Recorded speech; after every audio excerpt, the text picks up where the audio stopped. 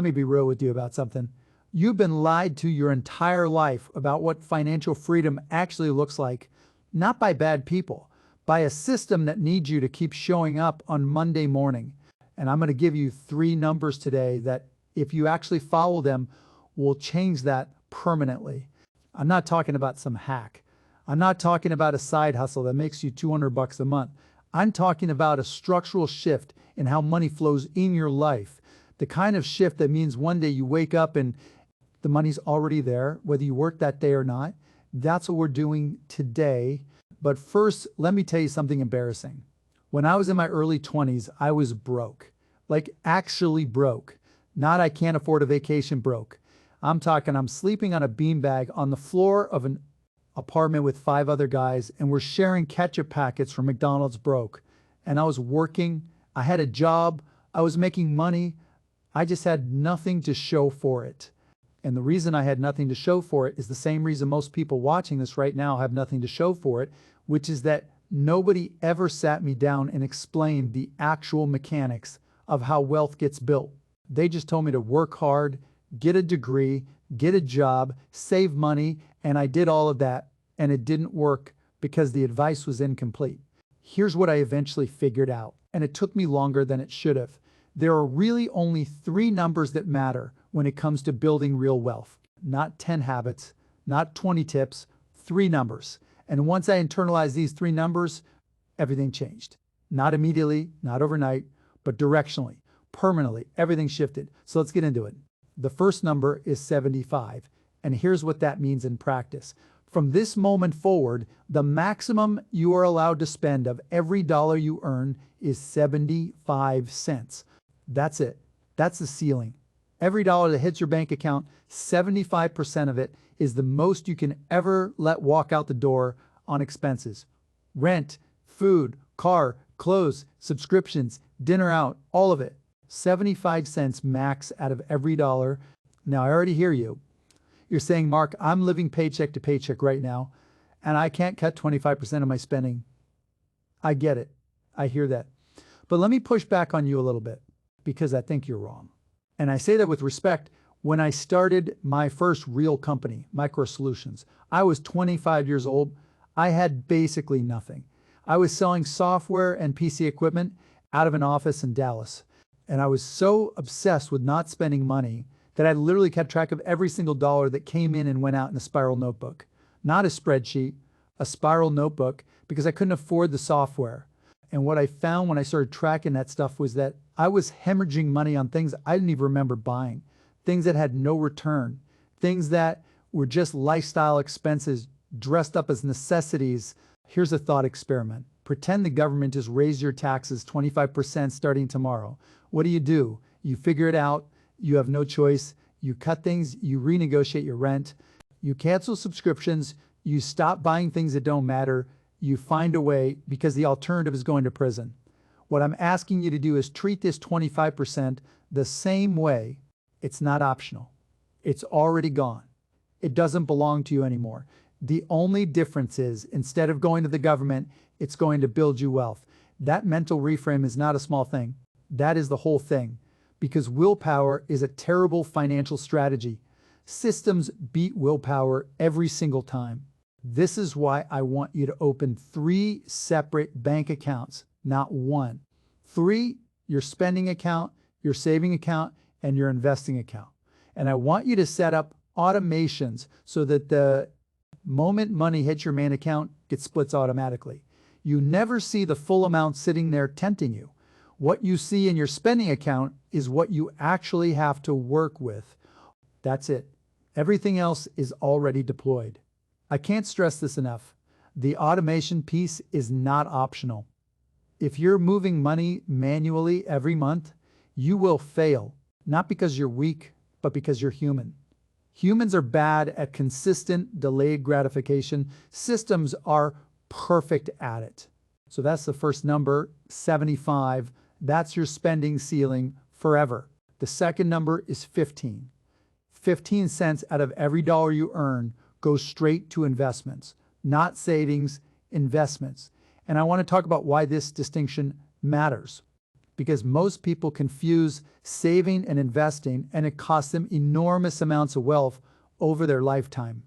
Saving is keeping money, investing is deploying money to make more money.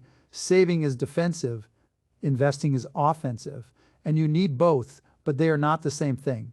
When I sold broadcast.com to Yahoo in 1999 for almost $6 billion, I didn't put that money in a savings account. I didn't park it in a CD. I took a significant chunk of that money and I immediately hedged my Yahoo stock position because I understood that keeping money is not the same as growing money. The game isn't about accumulating dollars. The game is about accumulating ownership. Ownership of assets that produce cash, ownership of companies that generate profit, ownership of things that work while you sleep, and that 15% is your ownership fund. Every single month, you are using that money to buy a slice of something that generates profit without you having to do anything. And here's the thing that took me a while to really internalize. Time is the variable that makes this work in a way that seems almost unbelievable until you actually watch it happen. If you're 25 years old and you invest $500 a month, by the time you're 65, you're looking at north of $2 million, assuming pretty conservative average returns. You didn't earn $2 million. You invested a fraction of that time, and compounding did the rest. Einstein reportedly called compound interest the eighth wonder of the world. Whether he actually said that or not, whoever said it was right. Now, where does this 15% actually go? And this is where people want me to give them a hot stock tip. And I'm going to disappoint you right now by not doing that, because the hottest thing I can tell you is not a ticker symbol. It's a principle. Buy ownership in things that will still be relevant in 20 years. Diversify so that no single bad bet kills you, and never stop buying regardless of what the market is doing. I started investing seriously back in the early 90s when I had a little bit of money from Micro Solutions. I didn't know what I was doing. I was buying tech stocks because I was a tech guy and I understood tech. And for a while it worked great. Then the dot-com bubble blew up and I watched portfolios I knew people had absolutely destroyed. Mine didn't, because I had already hedged and diversified. Not because I was that smart, but because I'd seen enough volatility to know that concentration is a form of gambling dressed up as investing. Here's what I tell a first-time investor today. Start with something that gives you exposure to the whole economy. Not one company, not one sector, the entire economy. There are funds you can buy, they're called ETFs, exchange-traded funds, and some of them literally just give you a slice of everything. Every major company in America, proportionally, when you buy one of those, you own a piece of Apple, a piece of Microsoft, a piece of every major bank, every major retailer, every company you've ever heard of, and a lot you haven't. And when one of those companies starts to fail, the fund kicks it out automatically and replaces it with something healthier. You don't have to do anything. You just own a piece of the American economy, and you bet that 20 years from now, the American economy is bigger than it is today. That is not a crazy bet. That is historically one of the safest bets you can make. Now, if you want to get more sophisticated, great. I love that. I do it myself. I have investments across a lot of different categories because different assets perform differently in different economic and environments. Real estate is great because you can see it, touch it, borrow against it, and the tax treatment is extraordinary. I've owned real estate for years, not because I'm a real estate guru, but because it's a real asset that generates real cash flow. Stocks are great because they're liquid, and you can start with almost nothing, and you get exposure to corporate profits at scale. And there are other things too, things people don't think of as investments, like buying a minority stake in a small business or putting money into a fund that invests in a specific industry. You understand deeply, the point is not the vehicle.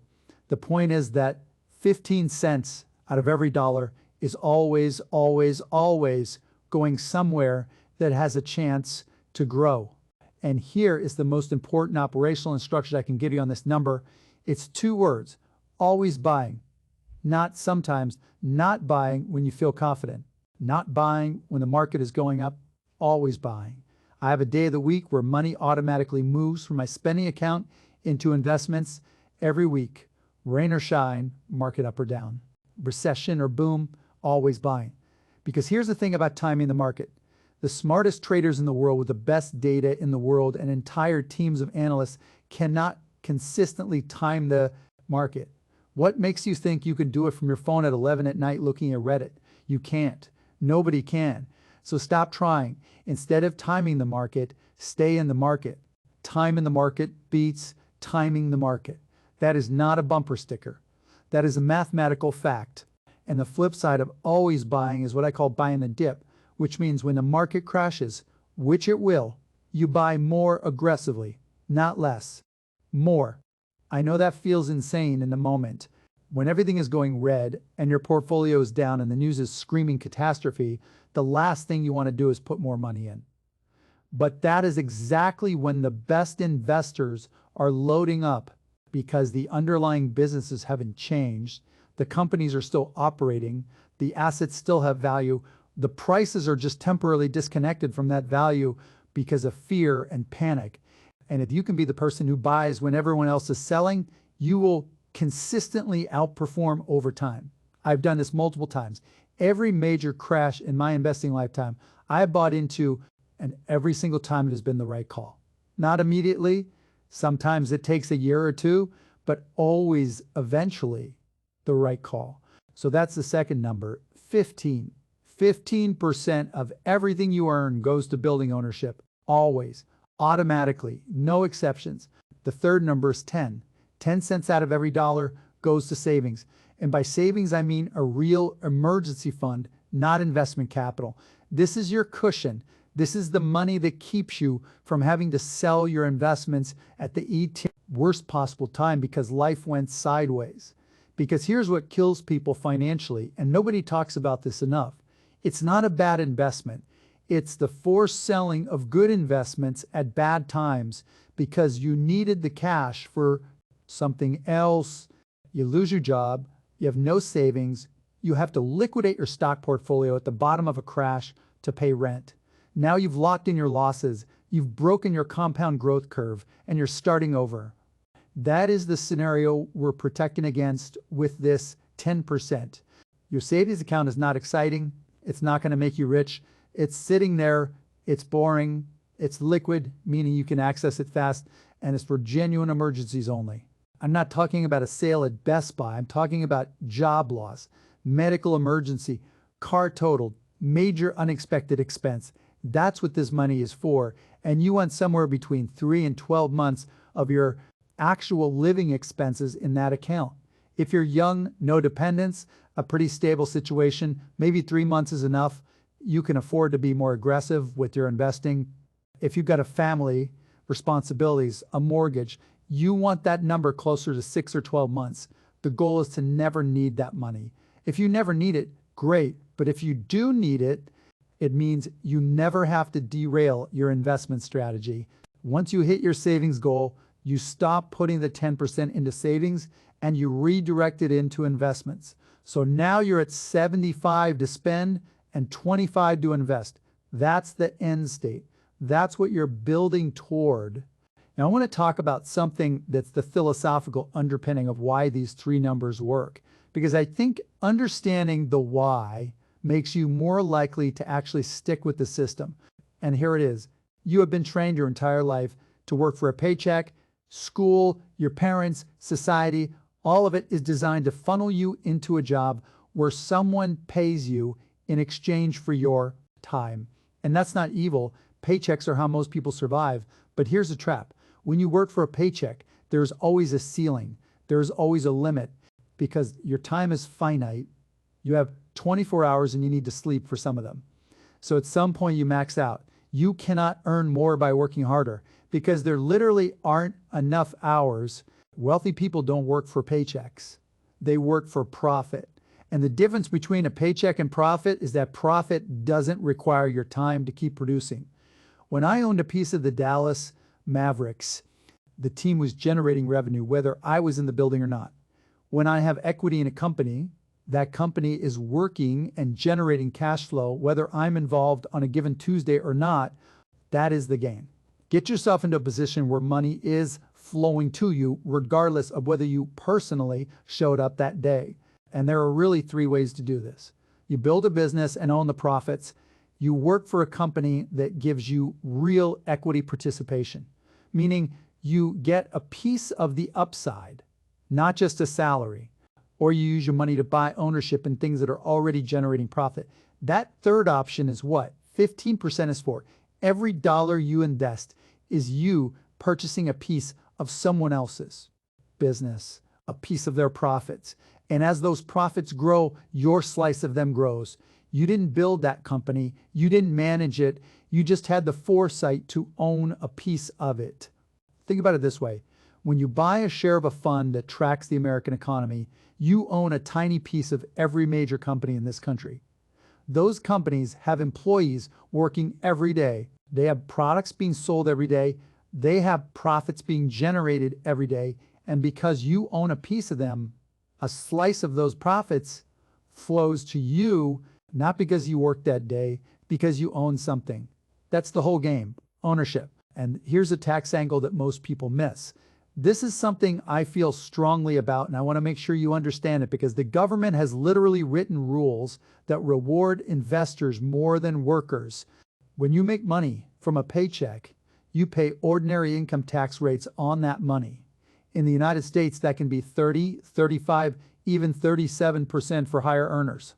But when you make money from long-term investments, from capital gains, from dividends, the tax rate is significantly lower, often 15 or 20%. Sometimes zero if your income is below a certain threshold. That means if you make the same $100,000, but you make it as an investor instead of an employee, you keep dramatically more of it. The government built this into the tax code intentionally to incentivize investment and capital formation. You might agree with that policy or disagree with it, but either way it exists, and you'd be foolish not to take advantage of it. I want to go back and talk more about the investing piece because I think there's a mindset trap that catches a lot of smart people, and I want to name it clearly. The trap is looking for the next big thing, the next Amazon, the next Tesla, the next crypto that's going to go 1,000x. And I understand the appeal. I really do, because I've made some bets like that, and a few of them have worked out spectacularly. But here's what I've also seen. I've seen incredibly smart people blow up their entire financial life because they concentrated everything into what they were sure was going to be the next big thing.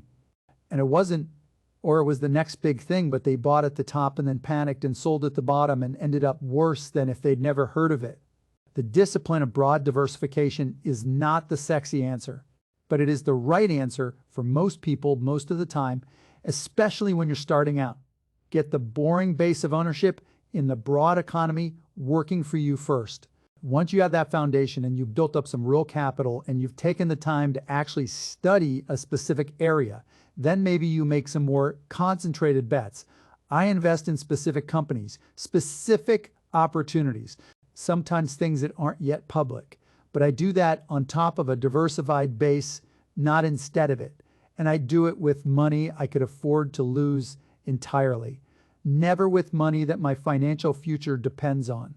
One more thing I want to address because I know it's coming. You're going to tell me that you can't do the 75, 15, 10 split right now because you're living paycheck to paycheck. Okay? Start smaller. Start at 95-3-2, 95% spending, 3% investing, 2% saving. Do that for 3 months. Then move to 92-5-3, then 90-55. Directional progress beats perfect execution that never starts. The exact numbers matter less than the habit. The habit is some portion of every dollar I earn is being deployed to build ownership. That's it. Once that habit is locked in, you scale the numbers over time. And if you really want to accelerate, the way you do it is by increasing income, not by cutting expenses into the ground. There's a limit to how much you can cut. There's no limit to how much you can earn. So while you're building the habit of the split, you should also be thinking about how to make more, better skills, better job side, income, building something. All of it is on the table, but the split habit has to come first because I've watched people get the high incomes and still have nothing because they never installed the system. right? The income doesn't save you, the system saves you. Let me tell you how I'd do this if I were starting over from nothing. Tomorrow, I'm 30 years old, no savings, no investments. I've got a job paying $50,000 a year. Here's what I do. Day one, I set up 3 bank accounts, checking for spending, high yield savings for the emergency fund, brokerage account for investing. Day one, not someday. Day one. Then I call HR and I change my direct deposit to automatically split. The math works out to about $312 a month to savings and $208 a month to invest on a $50,000 salary with a 10 and 15 split. The rest goes to the spending account, and I live off the spending account. If I can't make rent on the spending account, I won't get a bigger apartment. I got a roommate, I don't get a newer car, I keep the old one running, I make the math work on 75%. Then I go to the brokerage account and I set up automatic weekly purchases of a broad market ETF every Wednesday, $60, whatever the number is, and I don't look at it again except to confirm the purchases went through, not to check the balance, not to agonize over whether the market is up or down. I just watch the shares accumulate. And then I do that for decades, not years, decades. That's the play. What you'll find after a few years of doing this is that the investing account starts to develop its own momentum. The returns start to generate their own returns. The dividends start coming in and getting reinvested.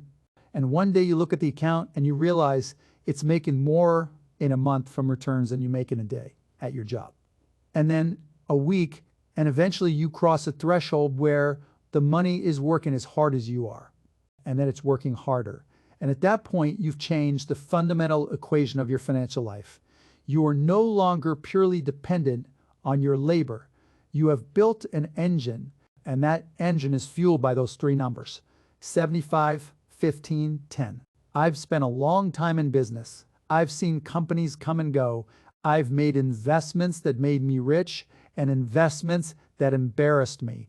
And the thing that has remained constant through all of it is that the people who build lasting wealth are not the ones who found the perfect stock or the perfect timing. They're the ones who built systems and stuck with them. Boring, consistent, relentless ownership accumulation over a very long time. That's what creates financial freedom. Not a hot tip, not a lucky break, a system. So here's where I want you to land after watching this. Tonight, open 3 bank accounts. That's the task, not tomorrow. Tonight, set up the automation for the split and buy your first share of something that gives you broad exposure to the economy. Even if it's $10, it's not about the $10. It's about the fact that you are now an owner. You're on the other side of the transaction, and you're going to stay there for the rest of your working life, adding to your ownership every single week, every single month, every single year, until the ownership pays you more than the paycheck ever did. If this was useful to you, share it with someone who needs to hear it. That's the only ask. No upsell, no course to buy. Just send this to a person in your life who is grinding hard and has nothing to show for it yet, because that person was me once. And somebody sat me down and started explaining how money actually works, and it changed everything. Pass that on